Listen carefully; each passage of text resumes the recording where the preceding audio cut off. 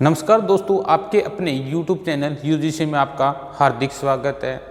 जैसे कि आपको पता है, अभी दिसंबर में ग्राम सचिव के एग्ज़ाम होने वाले हैं। वैसे तो देखा जाए सभी एसएससी के जितने भी एग्ज़ाम होते हैं उन सभी के लिए ये टॉपिक बड़ा इंपॉर्टेंट है, लेकिन खास करके यानी ग्राम सचिव का भी एग्ज़ाम होने वाला है, उससे रिलेटेड यानी ग्राम सचिव की बात होती है, जो पंचायती राज व्यवस्था है वहाँ से 2 या 3 क्वेश्चन 100% आने वाले हैं। 2 से 3 क्वेश्चन, क्योंकि टॉपिक है ये उनका, ठीक है। तो इस यहाँ से 2 या 3 क्वेश्चन है वो 100% यहाँ से आने वाले हैं। तो आज हम करेंगे यानी पंचायती राज व्यवस्था, ठीक है। तो सबसे पहले मैं बात बता देता हूँ, पंचायती राज जो व्यवस्था है वो सबसे पहले कहाँ से स्टार्ट हुई थी? ये हुई थी राजस्थान से। कहाँ से? राजस्थान से, ठीक है, राजस्थान से। और राजस्थान से कहाँ से? राजस्थान के नागौर जिले से। कहाँ से भी? नागौर जिले से, ठीक है। और नागौर जिले से कब से स्टार्ट हुई थी? ये हुई थी 2 अक्टूबर 1959 से। कब से हुई थी भी? 2 अक्टूबर 1959 से भी, ठीक है। और किसने लागू की थी? ये की थी पंडित जवाहरलाल नेहरू ने। किसने की थी भी?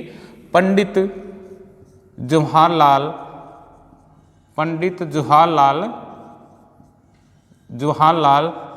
नेहरू ने।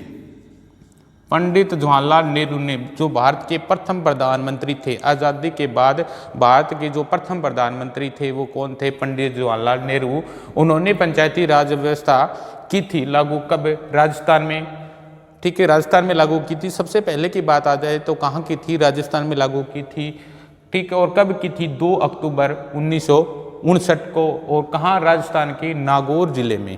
अगर इसके बाद की बात करें तो 11 अक्टूबर 1959 को आंध्र प्रदेश में लागू की गई थी, ठीक है। बात करते हैं इसके बाद में, ये क्या थी भी? गैर संवैधानिक थी, यानी इसको संवैधानिक रूप से दर्जा प्राप्त नहीं था। उसके बाद में बहुत सारी समितियां आती है, उन समितियों के बारे में मैं नेक्स्ट वीडियो में जिक्र करूंगा, ठीक है। इसके लिए यानी एसएससी के लिए बड़ा इंपॉर्टेंट टॉपिक होता है, इसके लिए मैं 3 या 4 वीडियो बनाने वाला हूं, ठीक है। तो सबसे पहले की बात है, पंचायती राज व्यवस्था है वो कब से लागू हुई थी? 2 अक्टूबर 1959 को, ठीक है। कहाँ से? यानी राजस्थान के नागौर जिले से स्टार्ट हुई थी। किसने की थी? भारत के प्रथम प्रधानमंत्री पंडित जवाहरलाल नेहरू के द्वारा, ठीक है। अभी इसके बाद में कहाँ स्टार्ट हुई थी? आंध्र प्रदेश में। और कब? यानी 2 की जगह क्या आ जाएगा? 11 अक्टूबर 1959 से। क्लियर भी? अब बात करते हैं यानी उसको संवैधानिक रूप से दर्जा कब प्राप्त हुआ था, ठीक है। ये क्या थी? गैर संवैधानिक थी भी। क्या थी भी? गैर संवैधानिक थी, यानी संविधान के द्वारा इसको दर्जा कब प्राप्त हुआ था? बात करते हैं पंचायती राज की। किसकी बात करते हैं? पंचायती राज की। पंचायती राज, ठीक है। पंचायती राज है व्यवस्था है, इसको संवैधानिक रूप से दर्जा वो कब प्राप्त हुआ था, ठीक है। जो पंचायती राज व्यवस्था है वो भारतीय संविधान के भाग नंबर 9 में इसका वर्णन मिलता है। कौन से भाग में? यानी भाग नंबर 9 में। एक बात तो ये हो गई, यानी क्वेश्चन आ जाता है, बड़ा इंपॉर्टेंट है। और ग्राम सचिव की जो परीक्षा होने वाली है उसके लिए बड़ा इंपॉर्टेंट टॉपिक है ये। यानी पंचायती राज व्यवस्था है उसको संवैधानिक दर्जा प्राप्त हो गया था, तो वो संविधान के कौन से भाग में? भाग नंबर 9 में। अनुसूची कौन सी? अभी अगर क्वेश्चन आ जाए कौन सी अनुसूची में है? अनुसूची कौन सी? अनुसूची 11वीं अनुसूची में इसका विषय मिलता है। कौन से अनुच्छेद में? ठीक है, कौन से अनुच्छेद? अनुच्छेद 243 के, ठीक है। और हिंदी में मिले तो आपको क्या लिख देना है? अण, ठीक है, के या अण। क्लियर भी? यानी भाग 9 अनुसूची 11 अनुच्छेद 243 के में क्या पंचायती राज व्यवस्था का वर्णन हमारे को देखने को मिलता है, ठीक है, संविधान के द्वारा। और कौन से संवैधानिक संशोधन द्वारा? 73वें संवैधानिक संशोधन द्वारा। कौन सा? 73वें संवैधानिक संशोधन द्वारा। संवैधानिक संशोधन द्वारा, 73वें संवैधानिक संशोधन द्वारा, ठीक है। और ये 73वां जो संवैधानिक संशोधन है ये भारत में कब हुआ था भी? 1992 में, ठीक है। बड़ा इंपॉर्टेंट प्रश्न है भी ये, कब हुआ था? 1992 में। ध्यान से देखो भी, पंचायती राज व्यवस्था है भारतीय संविधान के कौन से भाग में है? 9 नंबर भाग में। अनुसूची कौन सी है? 11। उसके बाद में है अनुच्छेद कौन सा है? 243 के। ठीक है, 73 में जो संवैधानिक संशोधन हुआ था 1973 में हुआ था, ये भी 73वां संवैधानिक संशोधन 1992 में इसको संवैधानिक रूप से क्या दर्जा प्राप्त हुआ था। अगर बात होती है अगर क्वेश्चन आता है भारत में पंचायती राज व्यवस्था को संवैधानिक रूप से दर्जा कब प्राप्त हुआ था, यानी भारत में अगर बात करते हैं भारत की, यानी भारत में जो पंचायती राज व्यवस्था है इसको संवैधानिक रूप से दर्जा कब प्राप्त हुआ था? तो ये हुआ था जो संवैधानिक रूप से जो दर्जे की बात करते हैं हम, यानी संवैधानिक रूप से दर्जा कब प्राप्त हुआ था? बड़ा इंपॉर्टेंट प्रश्न है भी, ये हुआ था आपको 24 अप्रैल। यहाँ 92 है तो 92 की जगह क्या कर देंगे 1993। ठीक है, बड़ा इंपॉर्टेंट प्रश्न है भी, बड़ा इंपॉर्टेंट प्रश्न है। क्वेश्चन आता है यानी क्या है, भारत में पंचायती राज व्यवस्था को संवैधानिक रूप से दर्जा कब प्राप्त हुआ था? तो 24 अप्रैल 1993 को। क्वेश्चन आता है 73वां संवैधानिक संशोधन कब हुआ था? तो जवाब है 1992 को। ये बड़े इंपॉर्टेंट प्रश्न है, बार बार पूछे गए हैं प्रश्न भी। ठीक है, अब बात आती है यहीं से एक क्वेश्चन और आता है, अगर क्वेश्चन आता है हरियाणा में पंचायती राज व्यवस्था है वो कब लागू हुई? ठीक है, दोबारा फिर से बता देता हूं, अगर क्वेश्चन आता है देखो भी, वैसे पंचायती राज व्यवस्था है वो 1959 यानी 2 अक्टूबर 1959 को राजस्थान के नागौर जिले से स्टार्ट हो गई थी, लेकिन वो क्या थी, गैर संवैधानिक थी। उसके बाद में बहुत सी समितियां आती है, लेकिन 73वें संवैधानिक संशोधन द्वारा इसको संवैधानिक रूप से मान्यता मिलती है, तो संवैधानिक दर्जा मिलता है। तो क्वेश्चन आता है यानी हरियाणा में पंचायती राज व्यवस्था कब से लागू की गई थी, यानी संवैधानिक रूप से। ठीक है, बात क्या हो रही है, संवैधानिक रूप से। अगर बात करते हैं हरियाणा की, यानी हरियाणा में पंचायती राज व्यवस्था, हरियाणा में पंचायती राज व्यवस्था है वो कब से लागू हुई थी संवैधानिक रूप से बात आ जाए, तो यहाँ क्या है 24 अप्रैल है, 24 में से 2 माइनस कर दो, क्या है 22 अप्रैल 1994। आपको 6 शिफ्ट होने वाली है ग्राम सचिव की, एक शिफ्ट में ये क्वेश्चन 100% मिलेगा आपको। ये क्वेश्चन और ये क्वेश्चन दोनों में से एक क्वेश्चन आपको 6 शिफ्ट में से एक शिफ्ट में जरूर देखने को मिलेगा।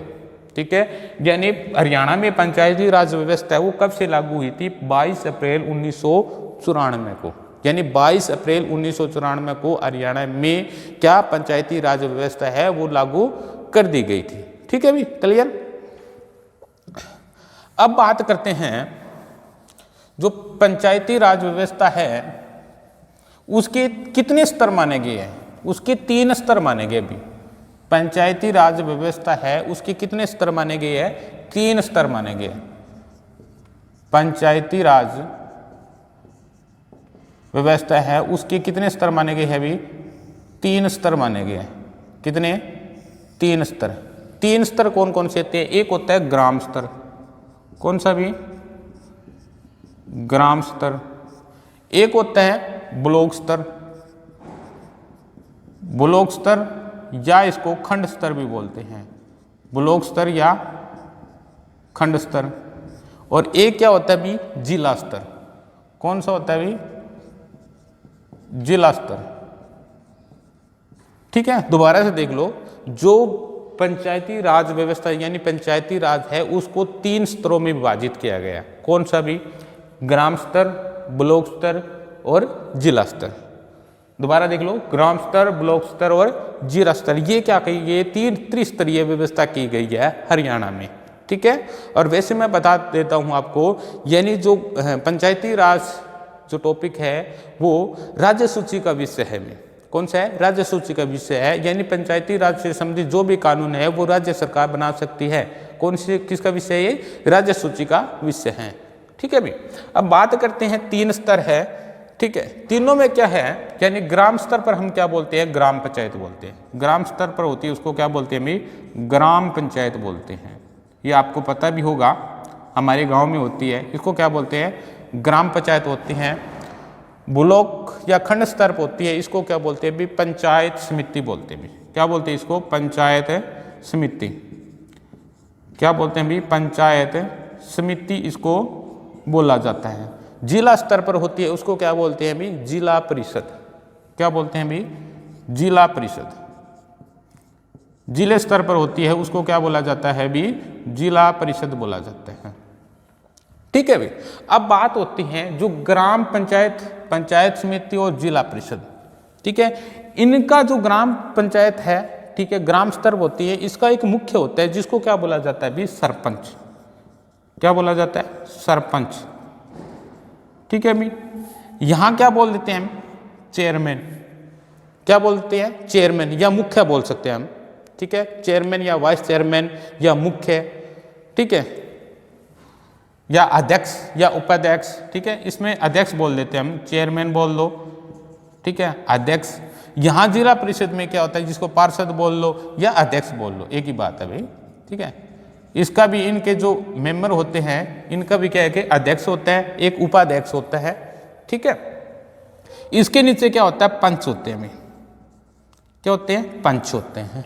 ठीक है, जहां तक बात आपको समझ में आ गई, ठीक है, पंचायती राज व्यवस्था की। अब यहां से बड़े इंपॉर्टेंट क्वेश्चन उठ के आएंगे।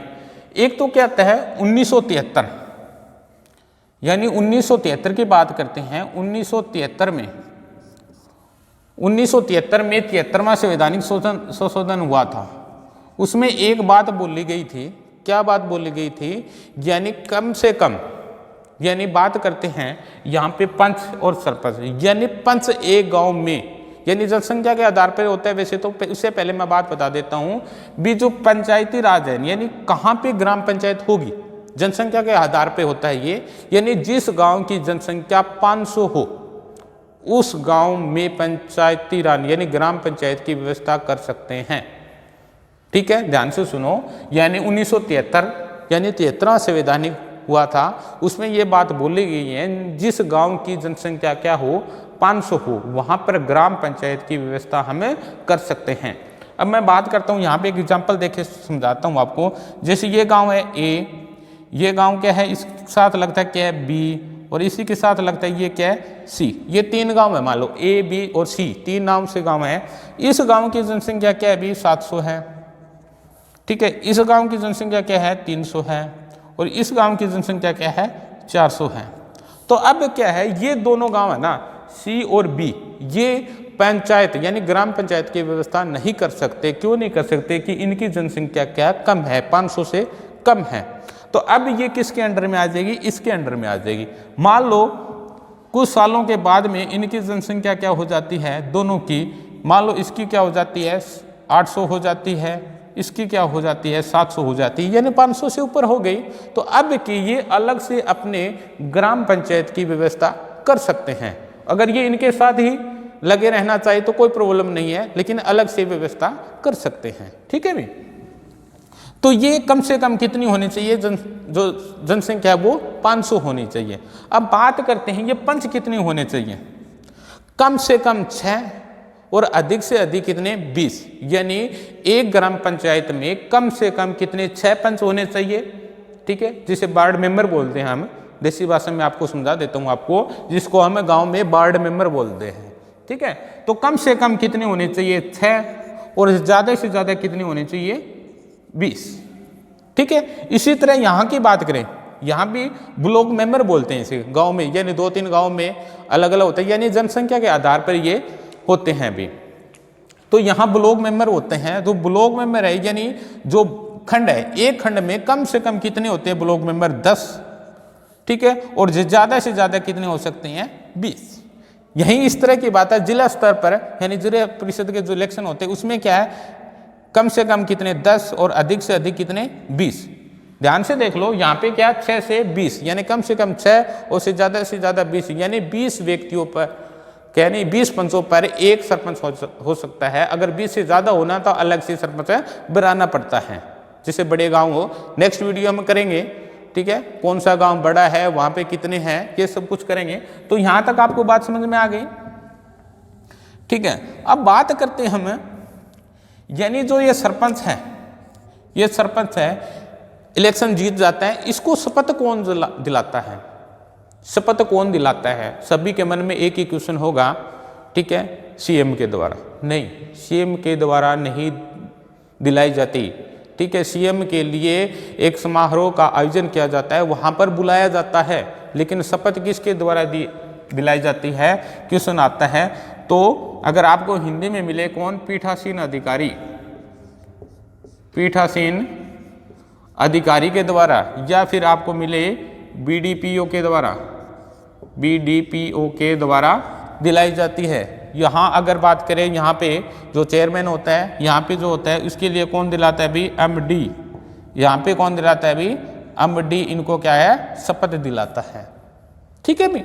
अब बात आते हैं जो सरपंच होते हैं, यहाँ ब्लॉक समिति का मेंबर होता है, वहाँ जिला परिषद का जो मेंबर होता है, उनकी शैक्षणिक, यानी जो मतलब कि एज की बात करें, योग्यता की हम बात करेंगे, ठीक है। तो इनकी जो एज है वो क्या रखी गई है, ठीक है, योग्यता क्या रखी गई है?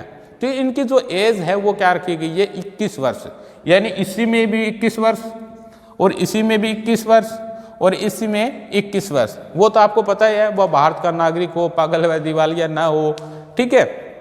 और क्या उनकी आयु क्या होनी चाहिए? 21 वर्ष होनी चाहिए, क्लियर भी। इन्हीं में एक अध्यक्ष और एक उपाध्यक्ष की नियुक्ति की जाती है, और इसमें अध्यक्ष और एक उपाध्यक्ष की नियुक्ति की जाती है। अब बात करते हैं क्वालिफिकेशन की, यानी योग्यता, ठीक है, शैक्षणिक योग्यता। अब बात करते हैं जो सरपंच होता है, ठीक है, ठीक है, मैं अलग से करवाऊँ क्योंकि वो बड़ा इंपॉर्टेंट क्वेश्चन बन जाते हैं। उससे पहले मैं कुछ बातें और भी बता देता हूँ आपको। ये हो गया ग्राम स्तर, ब्लॉक स्तर और जिला स्तर, ठीक है। या ग्राम पंचायत हो या पंचायत समिति या जिला परिषद होती है, इनके अलग अलग किस तरह से होते हैं, जनसंख्या के आधार पर इनका इलेक्शन किया जाता है। अगर बात आती है आरक्षण की, अगर बात आती है, यहाँ एक बड़ा इंपॉर्टेंट क्वेश्चन बताने वाला हूँ मैं यहाँ सरपंच के लिए, यानी महिलाओं को कितने प्रतिशत आरक्षण दिया गया है, महिलाओं को कितने प्रतिशत आरक्षण दिया गया है? ये question very very very important question है। क्यों इंपॉर्टेंट है? क्योंकि पहले 33% आरक्षण था महिलाओं को, लेकिन अभी हाल ही में कितने परसेंट आरक्षण दिया गया है महिलाओं को? 50%। कितने भी? 50% क्या आरक्षण दिया गया है। बड़ा इंपॉर्टेंट प्रश्न है भी, ध्यान से देख लो, बाद में कहोगे ये प्रश्न कहाँ से आ गया। 50% आरक्षण दिया गया है महिलाओं को, ठीक है, करंट का क्वेश्चन है ये।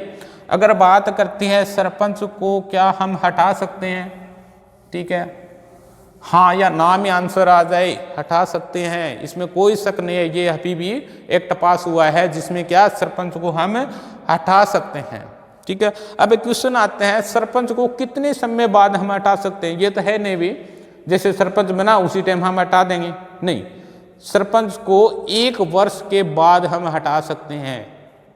3 बातें बताइए, तीनों बड़ी मोस्ट इंपॉर्टेंट बातें हैं, ध्यान से सुनिए। क्या है? जो सरपंच है उसको पद से क्या हम हटा सकते हैं? हटा सकते हैं, ठीक है। कितने वर्ष बाद हटा सकते हैं? 1 वर्ष बाद हम हटा सकते हैं। उसके बाद में महिलाओं को कितने प्रतिशत आरक्षण प्रदान किया गया है? कितने? 50% आरक्षण प्रदान किया गया है। दिमाग में सेव कर लो इस बात को, बड़ी इंपॉर्टेंट बात है ये भी, ठीक है। अब इसको मैं साफ कर देता हूं, अगर कोई स्क्रीनशॉट लेना चाहिए तो ले सकता है, ठीक है।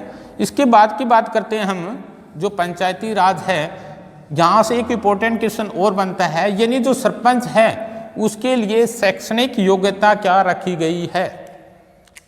सरपंच के लिए शैक्षणिक योग्यता, यानी शैक्षणिक योग्यता क्या रखी गई है? बड़ा इंपॉर्टेंट प्रश्न है, शैक्षणिक योग्यता। एक बात उससे पहले मैं आपको बता देता हूं, यानी शैक्षणिक योग्यता रखने वाला भारत का प्रथम राज्य कौन सा है? यानी सरपंच पद के लिए बात करते हैं, ग्राम स्तर की बात करते हैं, वहां पर शैक्षणिक योग्यता रखने वाला भारत का प्रथम राज्य कौन सा है? हरियाणा नहीं है, कौन सा है? राजस्थान। कौन सा भी? राजस्थान, ठीक है। कौन सा है? प्रथम राज्य की बात करें तो कौन सा भी? राजस्थान है। ठीक है, इन्होंने लागू की थी 2014 में। कब लागू की थी भी? 2014 में। अगर बात करें शैक्षणिक योग्यता रखने वाला भारत का दूसरा राज्य कौन सा है? तो कौन सा भी? हरियाणा। कौन सा भी? हरियाणा। अगर ये कौन सा है? फर्स्ट है। अगर सेकंड की बात करें तो कौन सा भी? हरियाणा। हरियाणा जहाँ पे लागू की गई थी, मैं डेट लिखा देता हूँ, बड़ी इंपॉर्टेंट है। कौन सी है? 7 सितंबर 2015 से निर्धारित की गई थी। क्लियर भी? पहला राज्य आ जाए तो कौन सा है? राजस्थान है। दूसरा कौन सा है? हरियाणा। अब बात करते हैं वो जो शैक्षणिक योग्यता है वो क्या रखी गई है। जो शैक्षणिक योग्यता है वो क्या रखी गई है, हम बात करते हैं यहाँ पे मैं लिख देता हूँ मेल और यहाँ पे क्या लिख देता हूँ? फीमेल। ठीक है भी? यहाँ पे मेल और यहाँ पे क्या लिख देता हूँ? फीमेल। ठीक है, इस तरह से बॉक्स बना देते हैं, यहाँ समझा देता हूँ। ठीक है, यहाँ मेल और यहाँ क्या लिख देता हूँ? फीमेल। ठीक है, यहाँ पे क्या लिख देता हूँ? जनरल और यहाँ पे क्या लिख देता हूँ? एससी। क्लियर? अगर बात करें एसटी की तो हरियाणा और पंजाब में एसटी नहीं है अभी। अब मेल की बात करते हैं तो इसके लिए क्या, यानी ये किसके लिए शैक्षणिक योग्यता भी? सरपंच और पंच दोनों के लिए। सरपंच और क्या? पंच के लिए शैक्षणिक योग्यता है भी। सरपंच और पंच पद के लिए ये क्या भी? शैक्षणिक योग्यता है। ध्यान से सुनिए। अब बात यहां लिखने वाला हूं, यानी जनरल के लिए क्या है? 10 वर्ष। ठीक है, सॉरी 10th पास होना चाहिए। कौन सा? 10th पास होना चाहिए। और एससी के लिए जो मेल है वो कितना पास होना चाहिए? 8वीं पास होना चाहिए। बात समझ में आ गई? दोबारा सुन लो। यानी मेल व्यक्ति है अगर वो जनरल में है, मेल व्यक्ति अगर वो जनरल में है, सरपंच या पंच का पद अगर इलेक्शन लड़ना चाहते हैं तो उसके लिए जो शैक्षणिक योग्यता है वो कौन सी पास होना चाहिए? 10वीं पास होना चाहिए। अगर यही बात करिए एससी कैंडिडेट है, अगर वो मेल है, सरपंच या पंच का पद के लिए इलेक्शन लड़ना चाहता है, वो कौन सी पास होना चाहिए? 8वीं पास होना चाहिए। क्लियर भी? अब बात करते हैं वही फीमेल की बात करते हैं तो यहाँ क्या आ जाएगा? 8 और यहाँ क्या आ जाएगा? 5। क्लियर भी? अब बात करते हैं जनरल कैटेगरी में कोई महिला है, अगर वो इलेक्शन लड़ना चाहती है सरपंच या पंच पद के लिए, अगर वो जनरल है तो उसकी क्वालिफिकेशन यानी योग्यता क्या होनी चाहिए? 8वीं पास होनी चाहिए। वहीं बात करते हैं एससी कैंडिडेट की, अगर वो सरपंच या पंच पद का इलेक्शन लड़ना चाहती है तो उसके लिए उसकी क्वालिफिकेशन या वो कौन सी? 5वीं पास होनी चाहिए। ये मोस्ट इंपॉर्टेंट क्वेश्चन अभी पहले बता देता हूँ। 6 शिफ्ट होगी, वहाँ 6 शिफ्ट में से वहाँ कोई ना कोई शिफ्ट में ये क्वेश्चन आपको तैयार मिलेगा। ध्यान से देख लो, ध्यान से याद कर लो। 100% वहाँ मिलेगा भी, 100%, कोई दिक्कत नहीं है वहाँ, 100% देखने को वहाँ मिलेगा भी। अब मैंने स्क्रीनशॉट लेना चाहो तो ले सकते हो आप यहाँ पे। उससे पहले मैंने एक बात बताई थी आपको। क्या बताई थी?